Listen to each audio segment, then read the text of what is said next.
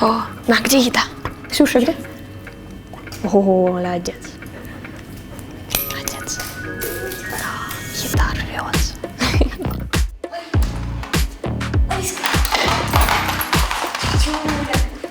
Радуется. Очень радует, да? Где? Молодец, лежи. Молодец.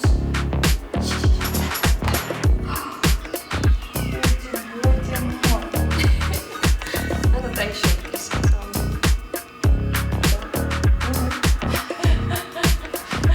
Меня ничего не смущает.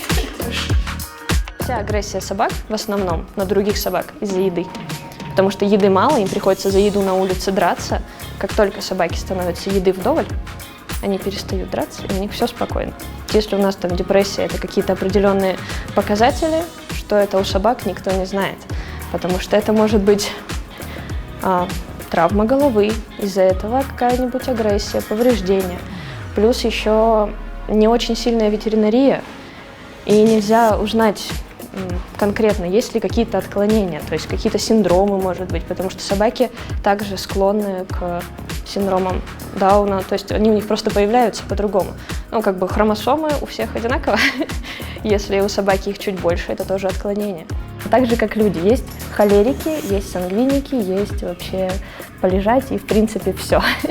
Поэтому нам надо понимать, какой тип собаки у нас и с чем она сталкивается. Есть собаки, которые готовы вообще рвать весь мир, бежать ко всем, они всех любят, замечательно. А есть собаки, которым от рождения сложно в обществе, и с ними со всеми приходится работать. Вводить их в среду, чтобы он был комфортным компаньоном, с которым комфортно жить, существовать, путешествовать и так далее. То есть наша задача сделать собаку комфортной для жизни, и чтобы ей самой это не приносило вреда. Вот. Если бы она могла рассказать, было бы намного легче, конечно. Но в первую встречу всегда идет разговор в первую очередь с хозяевами. Мы выясняем, с какого возраста собачка живет с хозяевом. Сразу была эта проблема или появилась? Если появилась, то что происходило в тот период, когда она появилась? Также для психологии важно, как часто собака гуляет на улице, что собака ест, как собака ест. То есть кажется, что по мелочи, но все они складываются в общий анамнез, в общую картинку, из которой можно сделать качественные выводы и исправить. Когда щеночек приходит, щеночек, собака, без разницы, первое, что мы делаем, это выясняем, есть ли у собачки мотивация, хочет ли она что-то. Может быть, он боится пылесоса, но при этом очень хочет играть. Или, например, он чего-то боится, но очень хочет кушать, очень хорошо ест, то тогда с помощью мотивации мы начинаем плавненькие движения в нужную нам сторону. И важно понимать, врожденный – это страх или приобретенный. Приобретенный справляется легче, врожденный, соответственно, сложнее. Ну, основные проблемы, какие есть, это то, что собачка трусливая, то, что она не может оставаться дома одна, потому что она скучает, грустит, плачет, и это мешает соседям.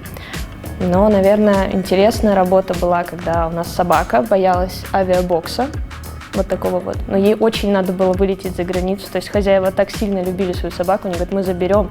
Это была огромного размера собака, и вот мы ее там вкусняшечкой по чуть-чуть засовывали в этот бокс. И по итогу собака улетела, все хорошо, живет себе счастливо, если не ошибаюсь, в Турции. Это был огромный алабай, но сейчас у него все хорошо. Просто надо ко всему приучать по-хорошему, чтобы собачка не боялась туда заходить, а прям бежала. Да, я тебя тоже люблю, да. Внутри семьи агрессии быть не должно. У всех собак разная психика, у кого-то крепкая, у кого-то чуть менее крепкая. И вот если у собаки крепкая психика, то коррекция в какой-то момент необходима. Но это не лупить собаку, не руками. У нас есть поводок, ошейник, то есть это проводник между собакой и человеком. Приемлются небольшие рывки, то есть как показатель того, что я все еще тут. И, пожалуйста, помни, что я здесь есть. Мы ей предлагаем работать за еду, она говорит, не хочу есть. Ну, не хочешь есть, не ешь. В следующий раз ее порцию еды я тоже предложу за работу. Хочешь работать, я дам тебе еду. Она скажет, не хочу. Ну, не хочешь, не ешь. Я вас уверяю, через день такого питания она будет готова работать всегда, она будет готова слушаться. Но если агрессия в семье, ее надо пресекать сразу. Агрессии быть не должно.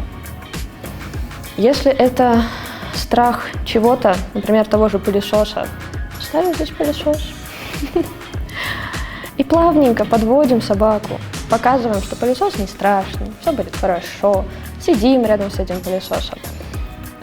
Еще есть, знаете, наверное, больше из советских книг поверье о том, что чем больше ты собаку трогаешь и гладишь, тем быстрее она к тебе привыкнет. Я считаю, что это абсолютно противоположно, потому что был у меня случай, когда была агрессивная собака, и она никого не подпускала к себе. То есть он сидел в вольере и просто на всех кидался. И когда я хозяевам сказала, что ничего не делать, сядьте рядом с ним и ничего не делайте, 2 недели. В чем заключалась суть этого упражнения? В том, что это была собака, которая боялась людей. Ее взяли с улицы, видать, ее обижали, я не уверена. Но проблема в том, что она боялась людей. И когда человек подходил, она не знала, чего ожидать, и на всякий случай защищалась. То есть лучшая защита – это нападение. А когда мы ей объяснили, что человек может находиться рядом и ничего тебе не делать, даже не трогать тебя, она начала сама интересоваться и подходить.